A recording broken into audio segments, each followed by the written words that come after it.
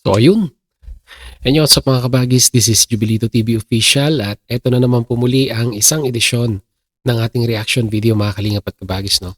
Pero bago pa ang lahat, syempre po, mega love shoutout muna kay Kuya Val Santos Matubang, kay Ate Edna Vlogs, kay Kalingap Rab, kay Rowelo Palalag, Kalingap Netizens, Kalingap Subscribers, Kalingap Supporters, at lalong-lalo na po ng ating mga Kalingap Partners. Ayan po, mega love shoutout po sa inyong lahat. So ito na mga kalingap at kabagis, no, for today's reaction video, gawin lang po natin ang reaksyon at muli po pagbibigay ng opinion. Dito nga po sa naging live streaming ni Kuya Val Santos Matubang na kung saan ay binigyan niya po tayo ng update, no, regarding po dito sa kalusugan ni Brother Paz. No. So nakakataba lamang po ng puso at nakakatuwang panoorin at mabalitaan na inuulan po ng blessing ito pong si Brother Paas as of now. Di lamang po kila Kuya Val Santos Matubang, kay Kalingap Rab, at sa mga ibang Kalingap partners natin na pumapasyal at nagbibigay ng financial na tulong sa kanya. Ganon din naman po, no, ang community po ng Kalingap, mga sponsor po natin ng Kalingap na inextend na rin po nila ang kanilang pagtulong dito po sa pinakamatagal ng staff ni Kuya Val Santos Matubang na ngayon po ay mayroon pong pinagdadaan ng karamdaman na colon cancer po, no? At dito po mahaling at kabagis ay talagang masasabi natin na di lamang po pagpe-pray over ng bahay ang kapasidad ng isang Brother Paas. Bagkos ay nakakalabit niya din po ang mga puso ng ang mga individual na meron pong mga gininto ang puso para po matulungan. Ibalik naman kay Brother Paas yung pong kanyang dedikasyon sa Team Kalingap at yung pong pagmamahal, di ba? Pagmamahal sa gawain ng Team Kalingap and at the same time yung dedikasyon niya na sa pananampalataya po, no, sa Panginoong Diyos. At unfortunately po ay yun nga po ang nangyari kay Brother Paas ay tinapuan po siya ng karamdaman at hindi naman po nagpabaya ang mag-amang Matubang at tinugunan naman po, no, ang pangangailangan ng pamilya nila Brother Paas, no, sa gamutan, sa pang-araw-araw na gastusin ng kanilang pamilya. At ito nga po, nakikita natin na talagang sinalo na rin po, no, ni Kalingap Rab yung pagpapatapos noong pong bahay na sabi nga po ni Brother Paas ay katas ng YouTube. At dito nga po ay parang mayroon pong update na binigay si Kuya Val, mayroong isinagawang test para po sa creatinine, no, mga kalingap at kabagis, no.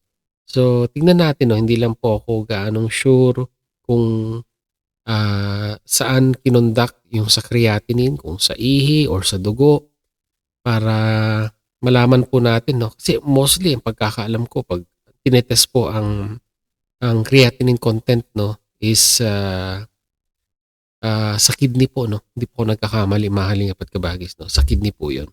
So, huwag na po natin patagalin. Pakinggan na lang po natin si Kuya Val Santos Matubang regarding nga po dito sa binigay niyang update sa test na ginawa dito po kay Brother Paas. So, narito po 'yon. Kahapon po, dinala natin si Brother Paas sa doktor. Brother Paas po, ay dinala ko po sa doktor para i-creatinine. Tama ba yung word na ginagamit ko? Creatinine? Tama Kuya Val. Po, kung tama ako doon na sa aking ginagamit na pagkasalita. Creatinine ba ang tawag diyan? Creatinine test, parang ganun. Well, dalawa ang pagkakaalam kong pagtitest ng creatinine, pero mostly ang creatinine test ay ginagawa sa urine sample, no, mga kalingap at kabagis, no.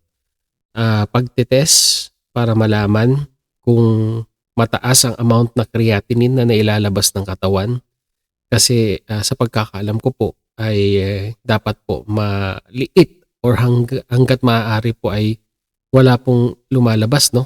Correct me if I'm wrong. Hindi po ako expert, mahalingap at kabagis, no.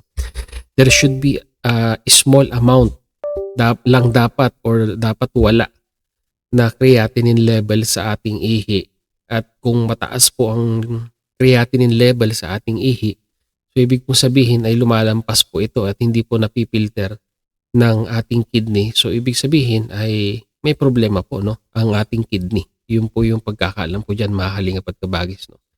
So muli, disclaimer, hindi po ako professional, hindi po ako eksperto regarding po dito. Kumbaga, kuwan lang po, no? Kasi nagpapalaboratory din po tayo pag tayo po ay pumapasyal sa doktor. So, kahit pa paano po ay nai-explain naman po, no, ng doktor sa atin kung ano po yung mga procedure na gusto niyang ipagawa sa atin sa Baya Laboratory. At syempre po, no, itinuturo din po ng doktor kung para saan po yung test na yon. So, doon po ako nagbase, mga halingap at kabagis. So, pagpatuloy po natin. mga kalingap. At ang resulta po nito ay positive. Clear ang kanyang creatinine. At syempre po, mga kalingap, after niyan, opo sa kidney. So, ibig sabihin, walang sirang kidney ni Brother Paas. Dapat negative. There's been another murder. Oh my God!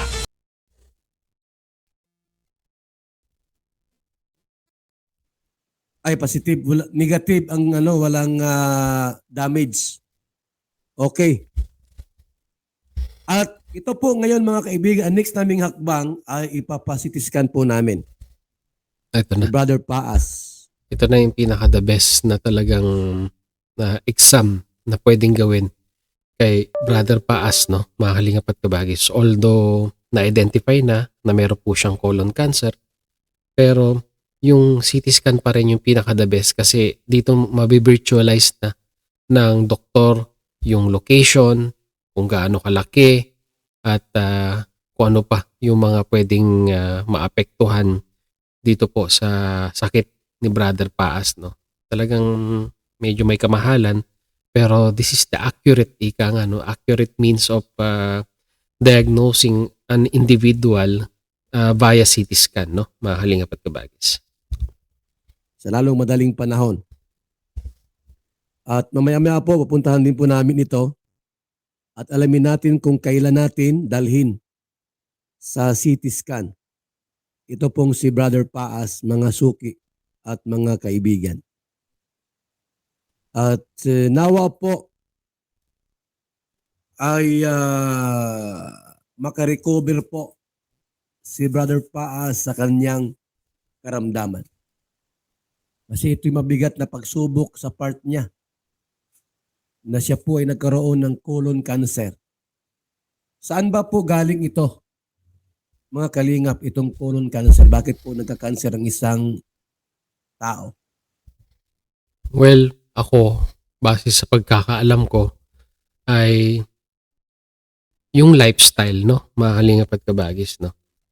Yung lifestyle na ginagawa natin noon na sabihin na nating may mga kwan tayo, meron tayong pinapabayaan sa ating sarili na it will come a time na yung pagpapabayang iyon ay magkakaroon ng impact sa ating kalusugan. So ano po kaya yung posibleng naging pagkukulang ni Brother Paas sa pag-aalaga sa kanyang katawan ay ito na po. Maririnig na po natin kay Kuya Bal Santos Matubang. Patuloy po natin. Mga kalingap. Binanggit po noon ni Brother Paas nung siya po ay nagka-tricycle, nagka-drive ng tricycle po noon, wala pa siya sa kalingap, ay tubig po ang kanyang kinakain para lang makatipid. Kasi nag-rental ng bahay, may mga anak, may asawa po. At binubuhay po niya ito. Ngayon, yun lang hanap buhay niya pagka-tricycle. At binanggit niya po na halos araw-araw, 2 litro, 3 litrong tubig ang kanyang iniinom at hindi kumakain. Tapos may ulcer pa siya. Doon Pero sa tingin ko, no, mga kalingap at kabagis, no, yung tubig siguro, wala naman pong issue yon. Kasi, diba, ang recommended na water intake nga po is around tama ba? 2 liters or more than 2 liters, mga kalingap at kabagis, no? 6 to 8 glasses of water in a day, depende po sa ating activities, no? kung tayo po ay nasa initan, tayo po ay nagtatrabaho sa labas, so mas mataas yung intake po natin ng tubig. Pero ang nakikita ko po ditong issue is yung hindi po pagkain ng solid food, no?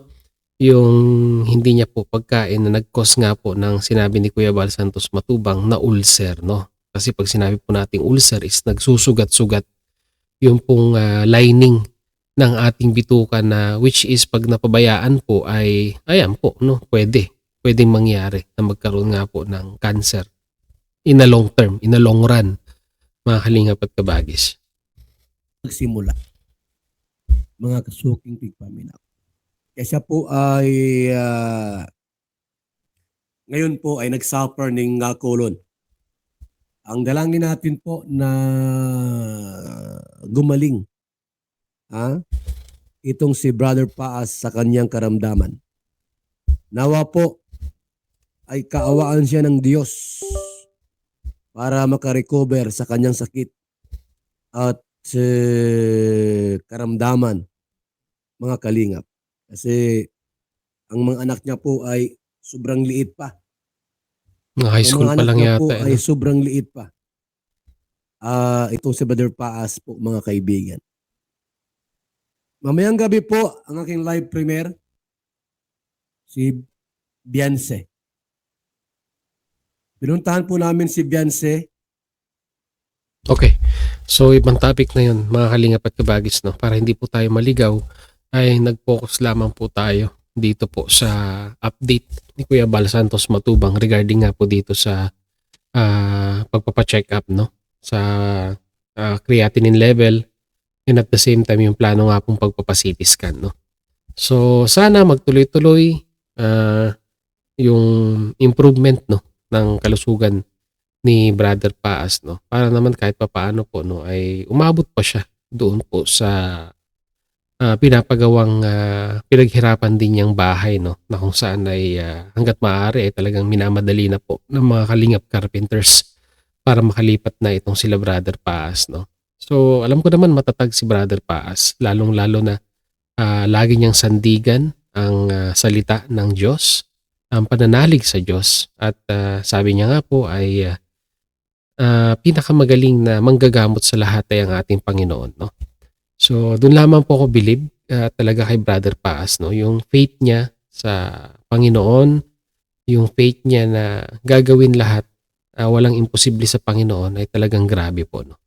Talagang grabe po ang pananampalataya ng isang Brother Paas, no. Sana yun, no, ang gamitin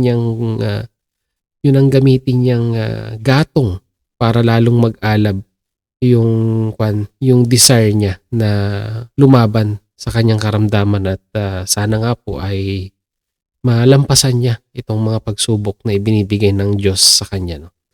Dahil nga po sa tingin ko po ay wala naman pong ibinibigay na pagsubok ang ating Panginoon na hindi naman po natin makakayanan by the end of the day, no. Pagsubok lamang yan, Brother Paas, at siguro tinitest ka lang muli ng ating Panginoon kung hanggang saan ang ang pananampalataya mo at pagkilala mo sa pangalan po ng ating Panginoon, no. So laban lang, Brother Paas, no. Pasasaan ba at mararating din natin, or mararating din po ng via help of prayers ng kalingap netizens at yung support system na binibigay po ng community ng kalingap kay Brother Paas, no, ay sa tingin ko po ay malalampasan niya po itong mga pagsubok na ito. So ano sa tingin ninyo, mga kalingap at kabagis, no? Ano ba sa tingin ninyo? May mangyayari pang himala kay Brother Paas, or sabihin na nating mag-stick siya sa pag-inom ng herbal, or go siya sa recommended ng mga doktor na mag-undergo ng chemotherapy para matanggal or makuha yung tumor doon po, yung cancer cell sa kanyang sa kanyang colon. So yun, mga kalingap at kabagis, no, yun lamang pong ating reaction video for today. Muli po, pag-usapan na lang po natin sa ating comment section ang inyong opinion reaction dito po sa naging announcement ni Kuya Bal Santos Matubang. So hanggang dito na lang mga kalingap at kabagis, no? Maraming salamat po dahil patuloy pa rin po kayong sumusuporta, no? At nanonood ng ating mga reaction videos, at sana po ay huwag po kayong magsasawa at hindi rin naman po magsasawa si Jubilito TV Official na gumawa ng mga meaningful na reaction video po dito po sa community ng Kalingap. So hanggang dito lang mga Kalingap at kabagis, once again, this is Jubilito TV Official, proud member po ng Team Koos at ng Karepa Year 2024. As I always say mga Kalingap and kabagis, peace, God first. God bless po. Bye-bye!